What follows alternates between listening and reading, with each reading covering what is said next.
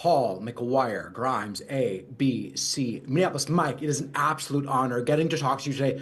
I loved The Life of Chuck. I've watched it twice, cried both times, and I really just love your work overall. So thank you for the time today. Oh my God, thank you so much, Paul. Thank you for saying that. That means a lot. Yeah, now you and I are both Stephen King fanatics. I have the book right here. He's my favorite author. I know when my love of him first started. So I'm curious, do you remember where your love of Stephen King first started? I certainly do.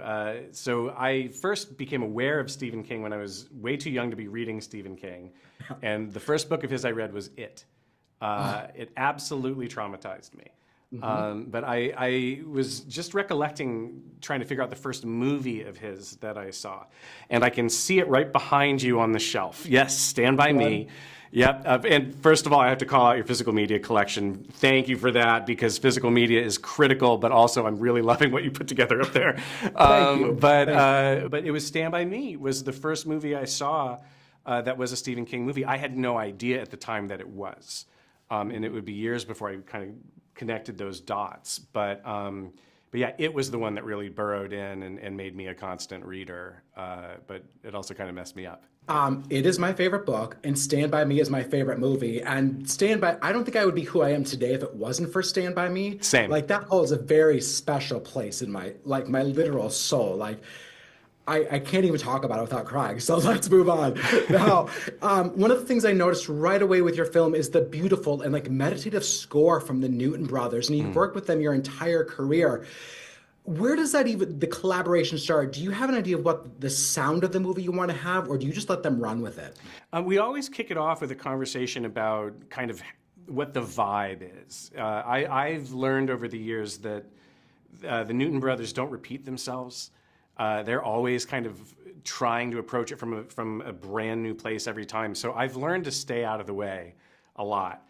With this one, we talked a lot about other scores and other movies that we thought might be relevant to this. It wasn't until we were really sitting with the footage and watching what the actors had done that it took shape. I mean, they really were truly accompanying and kind of emphasizing the music that the actors were creating, which is why I think this score is so backed off. You know, yeah. It really is interesting what they made, but it's one of my favorite things they've done. I love that. It's just so like peaceful but haunting, and it just plays on so many different levels. I love that this movie asks the audience to just be present as it's playing with time. How do you continue to stay present and stay optimistic when life moves very fast, or you just feel maybe down with what's going on? Well, I mean, you're asking the question, aren't you? I don't have the answer to that question. I wish I did, but I try to find that answer on a daily basis. Staying present, I think, is the most important thing for me to do as a husband and a father. And, you know, navigating that is really tough. Staying optimistic is a whole other thing. And I appreciate you asking about that, because that, to me, is the biggest challenge. Especially, it's funny, every couple of years I'm like, especially right now. But especially right now.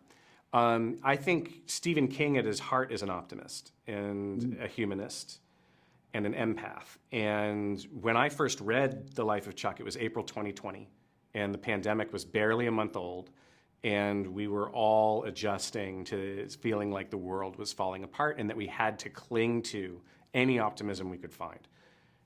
That story did it for me then, and I feel like it's even more relevant now.